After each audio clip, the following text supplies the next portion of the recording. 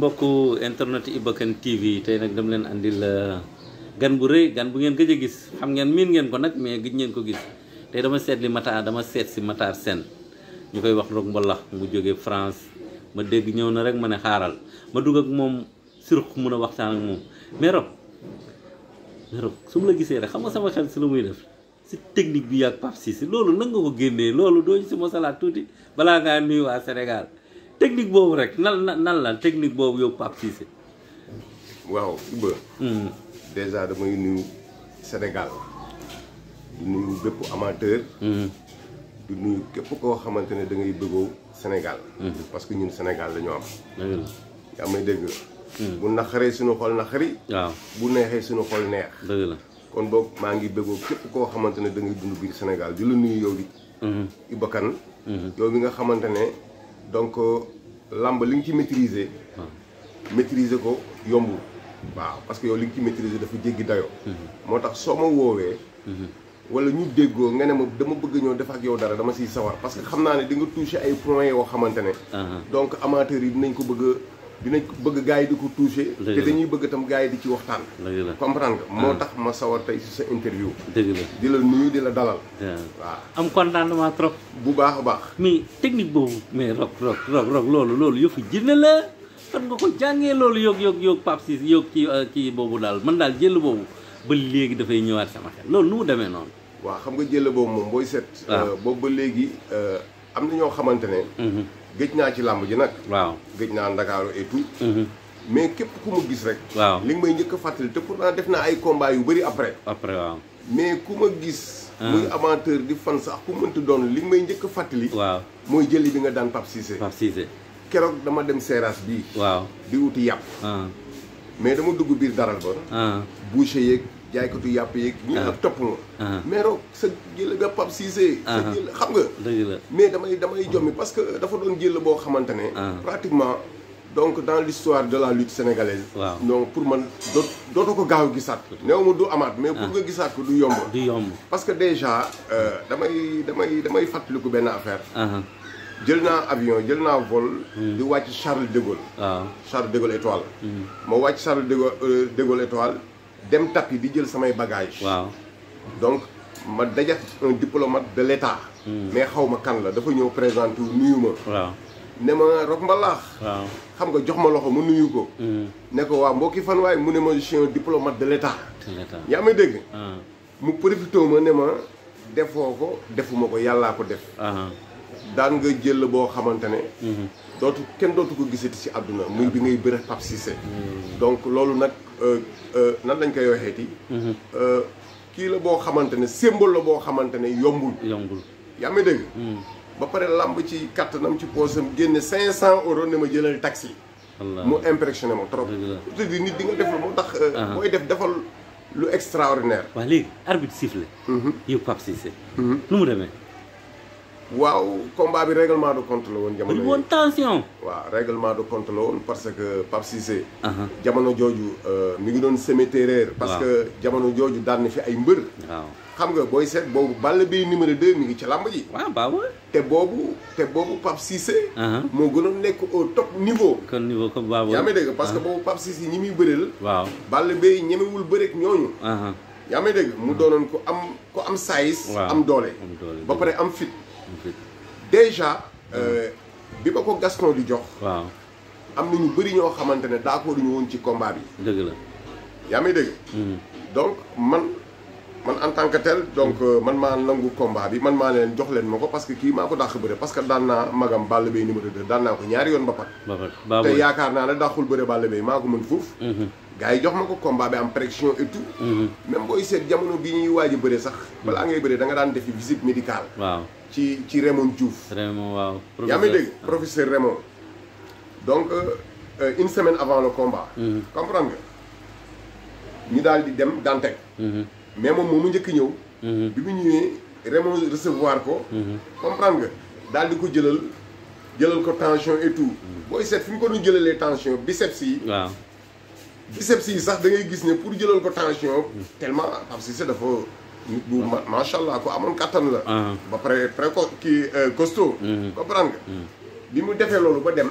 waaw man dama ñëw dajeek moom ci porte bi waaw yaa may dégg mu bëgg a nekk foofu di wax ma daal di ko esquive daal di daw dugg ci biir comprendre nga waaw bi ma duggee fekk daal di demandé Raymond génn ne ma kaay ma ñëw mu ne ma yow kan ngay bëreel ki fi génn léegi ngay bëreel waaw ma ne ko waaw mu ne ma mais kii moo lëpp doole Raymond loolu la ma wax ne ma kii moo lëpp doole déjà man bi ma koy takkal affaire bi sax gis naa ne bokku leen ay bras comprendre nga donc nan nga bëgg a aborder combat yi ma ne ko Raymond kii dama koy daan maa ko man yaa may dégg nekkate man bi ma jëlalee samay tanché et tout bi ma paree nekkate bi may retourné Pape Cissé mi may xaar ci bunt bi déedéet kay bi ma ñëwee mu ërtal ma di déconné di saagax def lu ko neex waaw xam nga gën ma indil benn nan lañ koy waxeeti pression benn pression boo xamante ne daf may gën a merloo comprendre nga loolu moo taxoon combat bi sa fit la bëggoon jël non mënu ko ah roog mbalax nag jël fitam yombul Pikine waa la nag ah non man Medina la nag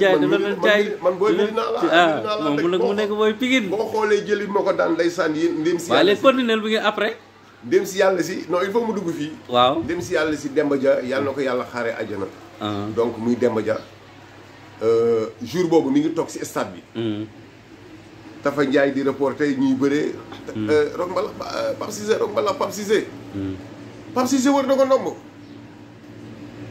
Demba Dia am na ay lunettes yu mu soloon cadre en or dafa ne wuy sama ndey tekki verre yi daal di ko écrasé te yëgu ko Allah mais bi muy dellu si ñi naan ko roog mbalax daal ne dafa ne c'est pas vrai mënul nekk léegi pour mu gis combat bi il fallait mu xaal journal parce que gëmul ba ñu ñëwee stade bi ñuy jógee stade di ñëw parce que si otoom laa dugg mu indi ma bu suñu kër ful bi topp ma mais jour boobu moom nee na mun gëmul ne maa daan il faut mu gis ko stade il faut mu gis ko journal mais bi mu ko gisee dafa jóge waat parcelle ànd ak un convoi ñëw seet si waat ma comprendre nga mu doon victoire boo xamante ne waaw non bi ngeen dajeeg yóbbu roog ba lax ngeen passé visite médicale ba yokk Pape Cissé boy foofu laa bëgg nga taxawaat après ñu dem dugg si stade bi arbitre siffle waaw mu lay napp nga ne waaw dafa ma napp yu métti naan su ma la jàppee sa waaye tudd na sax ay Moustapha Gueye sa grand Tafa Gueye sax yebu ma nangam su ma ko tiimee mu daw yow nga ne da ngay jël sama avance xam nga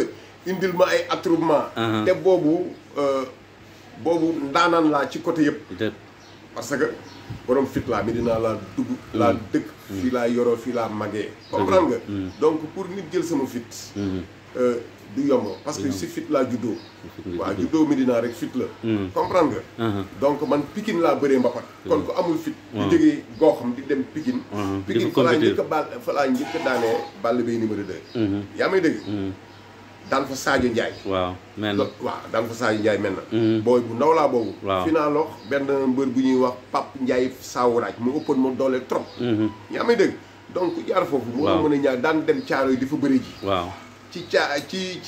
ci kii ba nu mu tuuti ci camp Caaroy ba ci fëgg jaay ba fa laa daanee waatee Balla Gaye numéro 2 ñaari yoon laa ko daan bappat ñetteel bi dama ko yonu ba ci kaw waa Pikine yee ko nangu samay loxo si kaw comprendre nga kon kooku bu daanee magam léegi bi arbitre bi sifflé waaw contre Pape Cissé waaw Pape Cissé ñëwal ñu si waaw avant arbitre di soufflé lu xew xam nga boobu ñu ngi ci géew bi waaw avant arbitre di soufflé booy seet ndem si yàlla na ko yàlla xaaree àjjana yàlla na suuf sedd si ko muy Mbaye Guèye la Tigre de Fass moo ma ne damal njëkk ko ci géew bi est-ce que boobu pare naa même gàllaaju géew sax aw ma ko woon parce que pare naa ci biti laa pare lépp ma daw njëkk ko ci géew bi taxaw di ko xaar moom bi muy dugg si géew bi mi ngi ànd ak Balla Gaye numéro 2 bi ma fekkee ci biir géew bi maa ngi ko fixé Pape Cissé si boobu dama ko fixé comme dafa am fit loolu gars yi wax nañ ko waa Pikine xam nañ koy Pape Cissé dama ko fixé mu dawale bëtam Balla Gaye mi ngi gis action bi dafa ñëw ci géew bi ma fixé ko ba suñu ñaari bët daje mu dawalewaat bët yi Balla Gaye na ko non day sóob xool ko day sóob xool ko day sóob la mbarodi waaw te yàlla xam nga daanaan la nag gëree la waaw dama day sóob xool ko xam nga ma ne Balla kii du ko xool tey yow tey ngembam lii sax ku la ko joxoon doo ko takk tey barke yonent bi loolu laa dama ne ko Pape Cissé ngembam lii mu takk tey su la ko joxoon ne la kaay remplacer ma doo ñëw parce que tey maay gérer fii c'est moi qui gère et puis 7 jours là j'ai géré waaw j'ai géré jusqu'à la fin à la manière mu daw boo sama ndigg. waaw yaa may dégg. ma woon ne la lutte c'est de l'spectacle. léegi xaaral balaa ñoo àgg foofu arbitre bi sifflé. loolu yëpp ci biir géew bi la. ci biir géew bi la. waaw après arbitre bi woo leen. non arbitre dafa sifflé. waaw moom mu signalé. mu signalé. ah mais si. te mosu ko def. non mosu ko def arbitre dafa sifflé. waaw. may commencé lewaatoo mu yëkkati loxoom signalé. arbitre ñëw dox suñu diggante. waaw. mu woo Balla Gaye mu ñëw. li ma lay wax nii. archive yaa ngi fi de. ñett demal rek. bi Balla Gaye ñëwee. waaw ne ko lan la. mais waxu ko dara. daf ko xool rek. waaw yaa may dégg. Balla ne ko garaawul demal. parce que bi mu suble dama ko topp man. waaw bi muy ne ci Balla dama ko topp. bi mu ñëwee waxul dara Balla tam wax ko dara dana ko demal la. ñu doxaat ñëw arbitre laaj ndax pare ngeen. ma ne ko pare naa mu laaj ku mu ne pare na. non ba bañ ko laajee sax dafa noppi waxul dara. waxul dara c'est la arbitre nag soufflé. dagg seen diggante. dagg suñu diggante. cay yàlla. ñu leewaatoo. jëmee côté tribune ba mooy côté càmmoñ. waaw parce que man maa ngi jàkkaarloo INSEP. waaw. INSEP laa jàkkaarloo. waaw bi ma koy daan polo clinique laa jàkkaarloo. allahu akbar. yooyu yëpp boo ko vérifié si internet bi la koy gis. bi ngeen di jàkkaarloo INSEP. bi ñuy bëree. man INSEP laa jàkkaarloo. waaw bi ma koy daan. polo clinique laa jàkkaarloo. ci yàlla. loolu mu demee loolu yëpp si ay loolu mbiru làmb la moo tax gis nga. léegi bi arbitre bi daggee seen diggante déedéet roog loolu day yomb. non un lutteur. waaw loolu day yomb bi arbitre bi daggee seen diggante. waaw un lutteur. bërekat. dafay am ay repère. dafa war a xam fu muy taxawee. waaw. ak fi combat bi fi bëre bi war a terminer. du warul nekk ci même position. waaw parce que fi bëri bi war a terminer bu bëggee nekk ci position bi nga démarré. njaax mën na fa am wala nga am fa défaite en tant que yow mi nga xamante yaa bëgg victoire. ci yaay làmb. waaw boobu moo taxoon ngay dégg ñu naan Rock Mbalax kenn mësu ko daan ba toog ci kawam wala ba tëdd ci kawam kenn mësu. défaite am yëpp. décision de l'arbitre la. yëpp. waaw mais mbër bëre ba daan Rock Mbalax. yombul macha allah kaar. dëgg la waaw léegi. arbitre bi dagg seen diggante nettali ma combat boobu yow tamit. waaw sénégalais yee ko soxla. waaw mais Iba xanaa yow combat boobu moo la fii. dinañ dem ci leneen. mais parce que du la waree ndomb. parce que da nga insister si combat bi. waaw dama ko bëgg. xanaa combat bi dafa aare. trop. waaw parce que da nga si insister. waaw arbitre dafa soufflé. waaw ñu balancer des bras. parce que xam naa ne loxoom diis na. parce que boo gisee ni mu doon leewaatoowee. waaw nga xam ne loxo yi yéex na. parce que da doon bàcc. ni la doon leewaatoowee nii. nii bi ma ko dóoree kurpañ. yaa ko njëkk a dóor. maa njëkk a dóor. pourquoi loolu. waaw parce que pour mu réagir. waaw bi ma ko dóoree kurpañ dama yaakaar ne. mais loolu du sa xel de loolu xelu Mbaye Gueye la wala Tafa Gueye. waaw xam nga Fass rek. waaw macha allah ñoom bu ñu ngembee ginaar sax mën nañu ginaar gi mën na bëri ji. allahu akbar comprendre nga. parce que métier baa ngi fa. yaa ngi dégg métier baa ngi fa. nga dóor ko. en grosso modo diggante Médina Fass. képp ku fay takk ngemba. donc bu fekkee ne sa bopp mi ngi ci yow. waaw wala sa xel mi ngi ci yow wala dégg nga ndigal ragaloo. mën nga toj làmb. nga dóor ko nga gëdd ko. ma gëdd ko dóor ko kurbañ. mu faxas fekk kurbañ bi dugg na bu yàgg. mu jël ko. yaa may dégg. mu daal di dox sama kaw. waaw ma demee latéral mu arrêté dox bi. waaw ñu taxawaat leewaatoo. ma duggaat ci gardam dóor ko arrêt. deuxième arrêt. arbitre daw dox suñu diggante. parce que arrêt bi sama loxo di dellu si. waaw ci la deret gi. sotteeku ci la deret gi sotteeku. combat boobu moo indi ardo. foofu la ardo commencé. waaw c'est-à-dire boo déggee ma réaliser sama projet 1200 prises de lutte. waaw donc c'est la lutte mon histoire. waaw bëre sama histoire la. sa histoire la moo tax j'ai créé. j'ai réalisé 1200 prises un projet. donc une encyclopédie. donc pour au moins. promouvoir. yow larus nga. yaay larus yaay larus. waaw mi ngi noonu c'est-à-dire. léegi deret bi sotteeku ardo fa la commencé. fa la commencé si la dafa jaay Alaaji Moustapha Ndiaye ne. arbitre àtte na Pape Cissé dem na ardo. Pape Cissé dem na ardo. foofu la ardo commencé. ardo foofu la jógee. foofu la jógee siw parce que Pape dafa Ndiaye da ko répété une dizaine de fois. parce que dafa dem ardo lu bari ci combat bi ñu ñëwaatee. mu dóoraat ko ay pourpañ. arbitre dafa àttewaat mu dem ci ardo. comprendre am na boo xamante ne dafa ñëw ñiy leewaatoo ni dóoraguma ko kurbañ ak dara jikkoon ne mu ñu demaat ardo loolu moo indi ardo yi lépp Pape Cissé di bëre. waaw lépp muy bëre parce que ku am fit la. et puis ku am rigueur la aussi.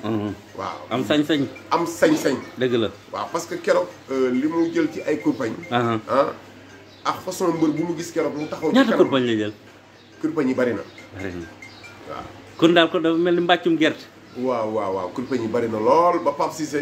ba kii damay jum Balla Beye numéro 2 ba mu jaral ko. waaw. mu dem saw moom ci benn pot. waaw.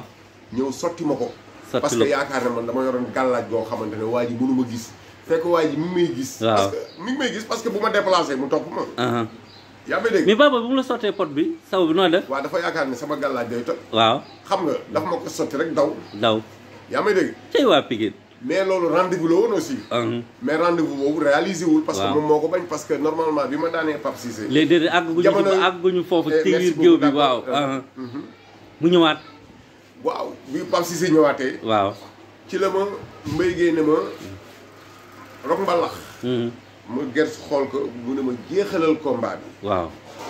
yaa mel ni jeexal combat bi mooy waruma continuer dóor yi parce que maa ngi koy dóor mënul daanu. waaw. comprendre nga. donc il faut ma jeexal combat bi. noo koy jeexalee. ni ma koy jeexalee. mooy lan donc stratégie la. mbër bu ñu la jeexalal combat du question da ngay ñëw rek jeexal ko dafa am noo koy jeexalee. dëgg la yaa may dégg. arbitre bi dafa suuflewaat. waaw. ma daal di lancer kurpañ. waaw. yaa may dégg. mu dox kurpañ gi dalul mu dox sama kaw. waaw. daal di ma dóor laaw. waaw bi ma dóoree laaw ma wàcc. waaw daal di ko songu. bi ma ko songee nag mu dëbb ma sol. parce que waa Pikine dañoo mën bal dañoo mën a sol. yaa may dégg mu dëbb ma sol. daal di ma ëñ. bi ma ëñee man nangu ëñ bi. yaa may dégg yombalal ko quoi léegi mu yaakaar ne puissance am la. bi ma ko yombalalee ëñ bi mu daal di lalli. bi ma lallee parce que dafa am doole bi ma lallee ma wetu bi ma wetoo nag ma daal di ko jël bras extérieur yaa may dégg ma jël ko bras extérieur léegi bi mu avancé di ma taf. ma bëgg ko ma xam ne mën naa ko mboot ma ne mboot du wóoru loolu yëpp c'est automatisme si xel ma ne mën naa ko mboot ba pare calculer ni mën naa ko mboot mu boofu ma c'est-à-dire poids am ñëw si sama kaw ñu ànd daanu te ñu ànd daanu moom gàccee ngi ci ndama ngi ci léegi sama deuxième sens may ma ne ma donc jarul ngay mboot bañal lalli bi rek te bàyyi ko mu laxus sa gannaaw te yàlla yaa may dégg loolu sama deuxième sens si biir mind bi la si biir bopp bi la bu dee xel moo koy def yaa may dégg ma mel ni boo gisee ni ma doon bañee noonu sax mu topp ma di def doole dama jékki-jékki rek daal di def benn rotation bàyyi ko mu laxasuma léegi day yaakaar ne puissance am moo tax mu laxasuma fekk lu ma ko yombalal yaa may dégg ba ma ko yombalee nag waaw ba mu téye ma xam ne booy doog a wër nit ndomb dafa am deux temps. waaw premier temps mooy wër naa ko ndomb jàpp naa. waaw deuxième temps mooy naa gën a serré.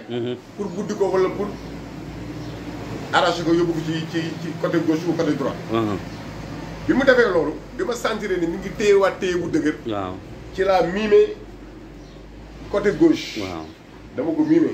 dama def benn genre coup de rein. dama miime côté gauche. mu daal di daw côté droite. waaw. yaa may dégg fekk man loolu laa soxla woon parce que mënu ma jékki-jékki monter sama prise. te gisuma tànkam si sama profil droite. ci yàlla. yaa may dégg. moo tax mu miime ko mu daw bi mu dawee nag. waaw bi ma defee coup de pied ma gis tànkam. si sama profil droite. ci laa doog a def sama kal. à l'extérieur. donc derrière. donc pour def rotation. yaa may dégg pour plaquer ko derrière. loolu moo indi jël bu rëy ba. allahu akbar. yaa may dégg. donc booy seet prise boobu mi ngi ci 1200 prises.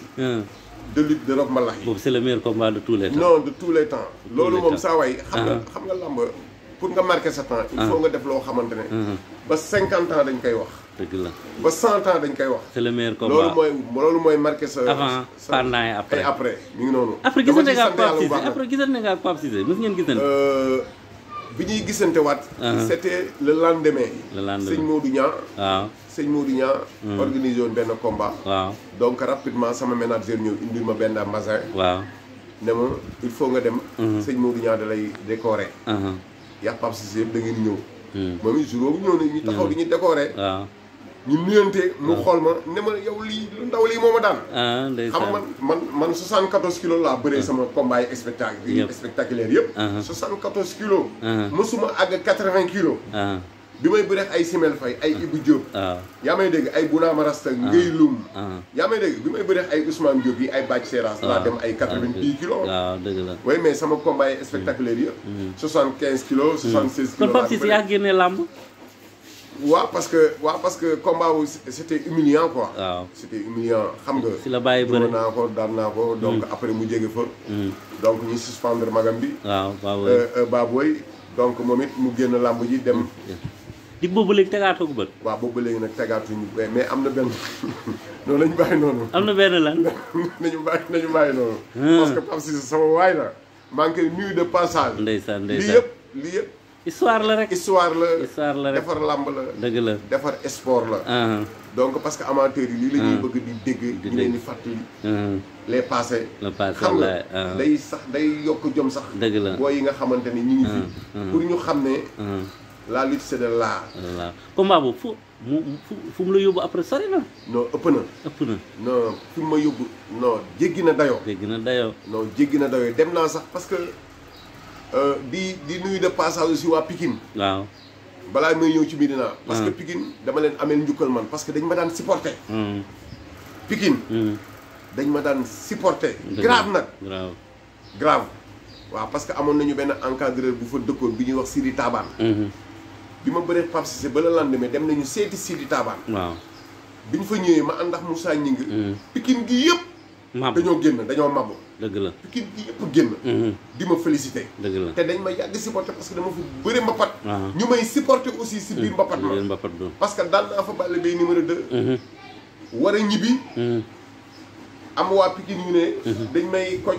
néewal ma doole et tout. mais waa Pikine yi aussi si boppam ñoo taxaw riposte ne du fi am. barrière boobu ci la Tyson. ñëw si sama côté di ànd ak man. ba ni ma ko ñoo dugg maa ko dugal ci làmb. Tyson yaa ko dugal ci làmb. waaw ndeysaan. waaw parce que ñoo doon ànd. nekk ñu woon ay mbër mais dañu tuddee woon suñu bopp écurie weddi. ça dañ doon dem di bëri mbër yi si mbapat yi di leen daan boobu nekk bu ñu ay mbër. ndeysaan mbapat rek lañu doon bëre. ndeysaan. ñu noonu. donc gars yi première partie bi yaakaar naa kontaan ngeen lool. non kontaan ngeen histoire dekki na fi tey xale yu ndaw yi. di leen seeti grand bi mun na leen loo leen bëgg si làmb moo ngi si yaram bi yëpp làmb la xam ngeen ni lu mu fi nettali. su ma fi invité woon beneen mbër munul lii combat bi am na 20 ans 20 ans lu teg. way yàgg na. mais ba léegi moo ngi si mémoire bi. parce que bi ma koy bëree boobu yaakaar naa ay 20 ans laa am. 20 ans nga am waaw. nga nekk sa digg ndoole. waaw billaahi. mais turu Rock Mbalax fan la jógee. waaw turu Rock Mbalax mi ngi jógee ci mbapat bi ma lay wax nii. mbapatu Al Demba Sey. waaw. non mbapatu Ahmed Sey. di doomu Al Demba Sey. waaw Ahmed Sey mbapatu Elilal. Elilal. cinéma Elilal mel na. foofu lañ mu tuddee Rock Mbalax parce que dafa amoon benn tournoi boo xamante ne. tey dem si damaa ngi naan astafurlah tey sama benn xarit bu ñuy wax Jibril Ngom. waaw ancien directeur ICS. waaw moom la ñu présidé woon mbapat mi jour boobu. yaa may dégg tey Jibril Ngom moomu. moom laa tuddee tey sama doom sama taaw. ndeysaan. yaa may dégg. mbapat moomu ci laa ñëw inscrit ñu tegoon fa ay trophée yu am solo. ma ñëw inscrit bi may inscrit boobu maa ngi def ay dërëj. waaw dama tàmm wat sama bopp nii. comprendre nga daal di dërëj ci kaw. comprendre nga. léegi bi ñu gisee dërëj yi te jamono jooju Demba Jam mi ngi doog a ñëw. waaw yaa may dégg di toj dëkk bi. yaa may dégg du toj dëkk bi. waaw. may waa ji ma jox ko sama tur. pour mu inscrit ma. mu ne ma noo yow du ma bind sa tur bàyyi Rock Mbalax laay bind. ndeysaan. non Rock Mbalax bi noonu la ñëwee. parce que bu may cité bu ma sama tur ñëwee danaan Rock Mbalax ak diw. Rock Mbalax ak diw léegi nag. bi ma jëlee trophée bi. waaw. léegi nag bi ma fa ñëwaatee Rock Mbalax daal di siw daal. siw benn peeru siw bu yéeme. léegi fu may demati rek. même balaa may joxe sama tur sax ñu ne Rock Mbalax. ndeysaan. kon tur bi foofu la jógee à Pikine. waaw foofu la jógee. si mbapat boobu amoon Elilal. waaw foofu la Rock Mbalax bi jógee. waaw man Pikine laa tuddee Rock mais Mbalax. bi nga daane Pape Ciss amoon na si ay millions de. non c'est-à-dire gis nga ba léegi. waaw ba léegi yaa ngi siy fayoo maa ngi siy fayoo. allahu akbar pour wane ne def lu baax dafa am solo. def lu baax dafa ëmb lu bari. defal lu baax si jikko. defal lu baax si say wax. waaw. defal lu baax si say jëf. même sport bi ngay def. waaw def ci loo xamante ne. pour l'histoire. histoire la ba uyuma. ba ngay génn àdduna da nga ciy dund. da nga ciy dund jërëjëf. yaa may dégg. tey booy seet El Hadj Diouf mii. bu fekkoon ne jaarul ci 2 ballons d'or wala yenn trophée wala lu mu defal Sénégal génn football bu yàgg kon bàyyi nañ kon tegee nañ ko de côté bu yàgg waaw moo tax def lu baax dafa am solo et puis bu ñu naan bëreel yaa may dégg entraîneur wala nangam c'est pour ëllëg ñu ne diw defoon na fi dara wala defoon ni li parce que lii bu ma ko defuloon doo ko wax da ngay ñëw rek ñu jàll ci actualité bi dina ñëw mais xam nga ne lii nangu noonu mënuma fi jógee parce que lii dafa neex mais gars yi première partie baa ngoog dinañ dugg si deuxième partie bi mos nañu si Pape Cissé Rock Mbalax léegi nag ñu dugg si deuxième partie bi nga xam ne actualité nag la ñuy wax